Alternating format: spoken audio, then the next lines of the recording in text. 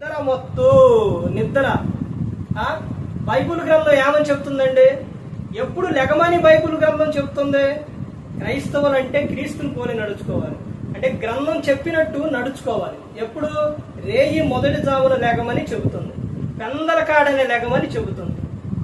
పురుషుడైనా స్త్రీ అయినా ఎవరైనా కానీ పొద్దు అటు పొడిచిందాక ఎవరో ఉండరండి, ఎవరు పడుకోరు.